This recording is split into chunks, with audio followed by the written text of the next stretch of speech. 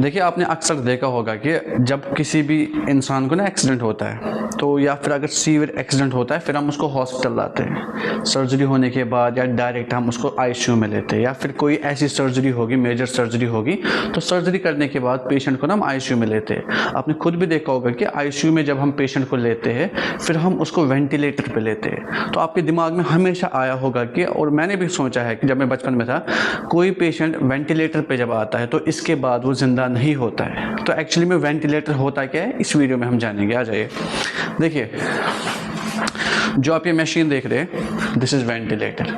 It is a very enormous machine.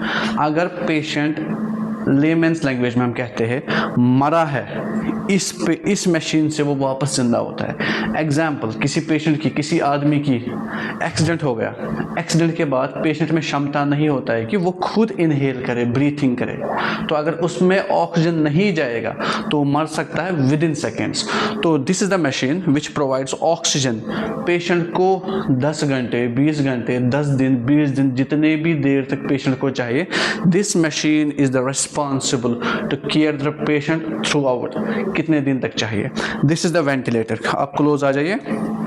सबसे पहली बात देखिए, जब भी हम पेशेंट को लाते हैं ना, पेशेंट यहाँ पर हमने पेशेंट को रख दिया, पेशेंट में हमने एंडोट्रैकियल ट्यूब डाला है, और इसके बाद क्या हम करते हैं, ये ट्यूबिंग्स लगाते हैं, इसको हम बोलते हैं सर्किट लगाया, और आगे से हम इसको हम कहते हैं HME फिल्टर। जो भी वहाँ से फ्लो आ जाएगा, ऑक्सीजन आ जाएगा, यहाँ पर वो फिल्टर हो जाएंगे। और बीच में जो लगा है, we call it as sensor. इससे सेंस होता है कि क्या पेशेंट में ऑक्सीजन जा रहा है। तो ये सब सर्किट लगा के वेंटिलेटर को ऑन करके पेशेंट के साथ कनेक्ट करते हैं। तो पेशेंट फिर 1 दिन, 2 दिन, 10 दिन, 20 दिन, महीना, 2 महीना, जितनी भी देर तक पेशेंट में अगर क्षमता नहीं है ऑक्सीजन लेने की, तो this machine will control him through out कितने दिन जाएगा। नंबर 1। नंबर 2, देखिए आगे आ जाओ।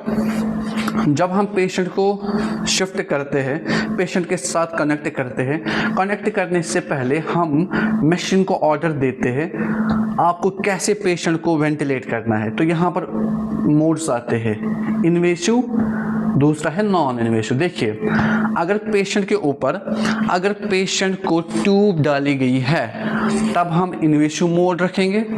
अगर पेशेंट को ट्यूब नहीं डाली गई है, पेशेंट मास्क पे है, पेशेंट NIV मास्क पे है, तो तब हम यहाँ पर नॉन इन्वेसिव रखते हैं। तो यहाँ पर सब कुछ क्लोज आ जाओ। तो यहाँ पर एग्जाम्पल, यहाँ पर मैंने इसको दिया ऑर्डर कि हमें पेशेंट को ट्यूब डाल के है, तो हम यहाँ पर मोड सेलेक्ट करेंगे अकॉर्डिंगली हमें कौन सा मोड्स चाहिए।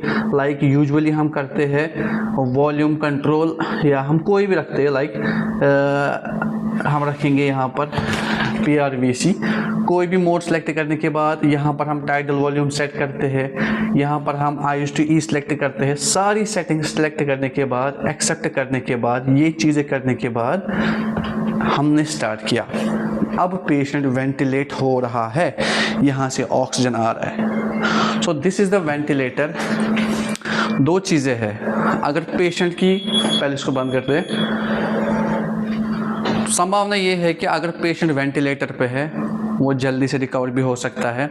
अगर पेशेंट को कोई क्रॉनिक इलनेस है, तो उसका थोड़ा टाइम लगेगा वापस रिकवर होने पे। So this is the ventilator. Hope आपको इस वीडियो में समझ आया होगा व्हाट इज़ वेंटिलेटर।